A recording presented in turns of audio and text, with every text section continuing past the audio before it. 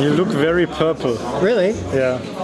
Well, it could be that it's trying to fight with that. Are you sick? No.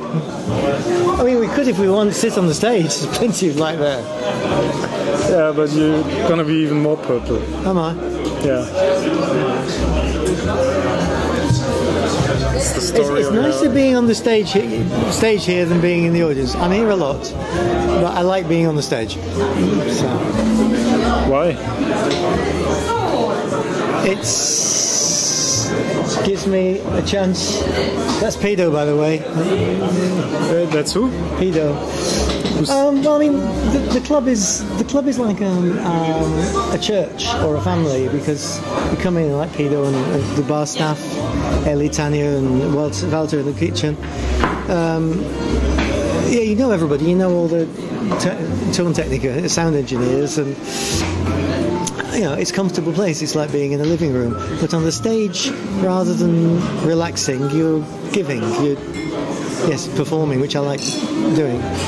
And I like making people feel good. So if they're laughing and soaking up the energy and allowing me to sing badly from time to time, then that would be fine. I'd love to know why the camera is pointing. I suppose it's actually looking at the club. Yeah, here we are. After hours. Yeah, I suppose that makes sense. Yeah, makes sense. Yeah, I like being on the stage. I mean, you used to come here when I was working with a big band. I don't know whether you remember. There was a I can't remember his name, but there was a model who used to bring his. I mean, he was about 22, good-looking lad, and he used to come with this 8-year-old woman who didn't speak a word of English, but he told her that it was real fun and good to come. And she came a number of times, sadly, before she died, and she used to keep nudging him when everyone was laughing and say, "What did he say? What did he say?" You know, so she just came for the energy, and it's a club with good energy, and as a performer on the stage, it's a place. Not only is it like a living room when you're in the audience, but on the stage, if you do your job well, it makes people feel relaxed, and it just takes the stress away from them. That's a large part of why I work on stages. I love music, but I do it for people. I don't do it for myself. I'm basically shy anyway. And that shows. Yeah? Yeah. Oh, that's good to know. That basically shows. I mean, when I was a kid, I grew up in a show business town, and in England, and people would kind of make us go to kind of some after-hours club as kids. You know, it would kind of be in the morning of some nightclub, and they'd put on a show for kids of business people in the town and so on. And everybody I watched performing, I always thought they were just full of ego. And I don't want to watch that myself as a member of an audience. I prefer being around people who give rather than people who take. They're not doing the arts, they're doing the Again, routine. what learned. Again, yes. Thank you. As we say in Germany. Yes, I realised that. Yeah. I realised the grammatic structure was a challenge for an Englishman, as most German is actually. Yeah. Why don't you speak German? Ask me. That is not German. No, that was Bavarian. Bavarian. It's Bavarian. And that's probably the only You Bavarian really- phrase you know. I can put Freiley in as well if you want. Okay, I'll go home and learn some more then. Du magst meine Deutsch hören? Es ist selten, dass wir in Deutsch zusammen. Ja. Ganz selten. Das ist wirklich selten. Ich weiß es warum. Yeah. Are you processing it at the moment? You processing jeder Element. I'm processing, yeah. See? Wie schnell wie möglich, direct am English. Always comes back to English. Yeah. There's a reason for that. And what might that reason be? My superb linguistic skills. The fact that my German is an embarrassment to nature. Yeah, well. The novelty value of it. Come on, tell the people how long I was you about to say, the novelty value of eine Herren, das hat gewohnt in der Stadt für fast 22 Jahren. Yeah. So you get by speaking no German Denglish is called Denglish. 22 years. That was German, I'll have you know, cheeky bastard. That was German, I think. Yeah, but you normally don't speak it. No. See? Yeah. So you get by speaking no German. I speak German where it needs to be spoken. It's fine, but if you want me to be me, I can charm people in German and make them laugh, but if you want me to do the things that just create good energy, it functions better, I think, in English. And life's more about transmitting energy than it is about transmitting intellectual thoughts. I mean, I've just left a period of time working in an environment where I see that the way that knowledge is transmitted here in language learning is to do with intellectualizing everything.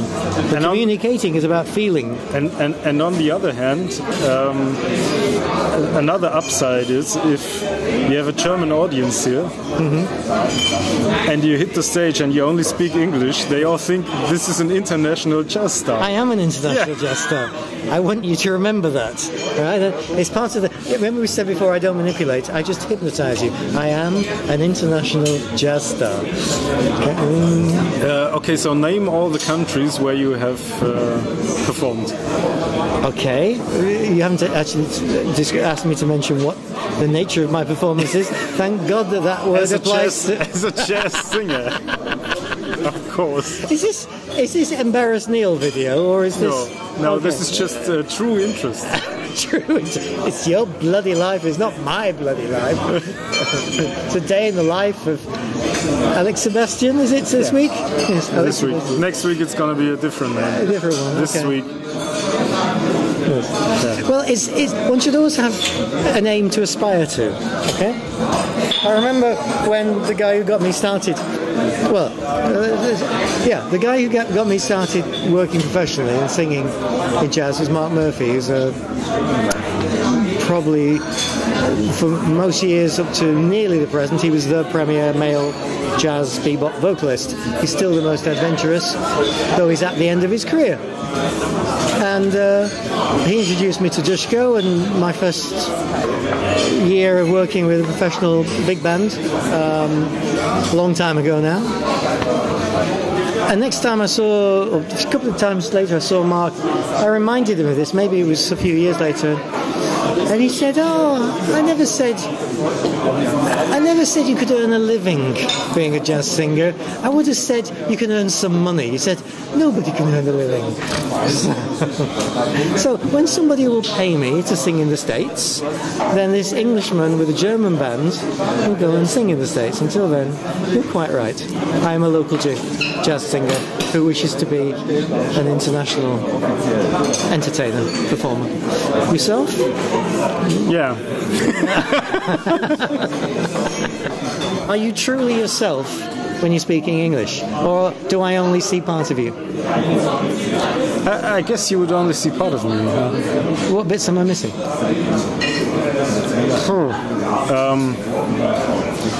Probably the bits I can't express in English, whatever that might be. That's always the hardest question.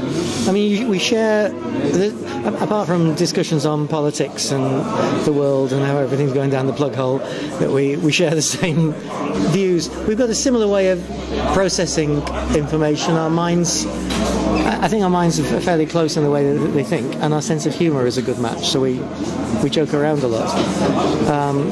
So from my perspective, I would say we think fairly similarly, even though I know that your conscious brain has been formed to process a different language, and its structure is very different, and its view of the world is very different.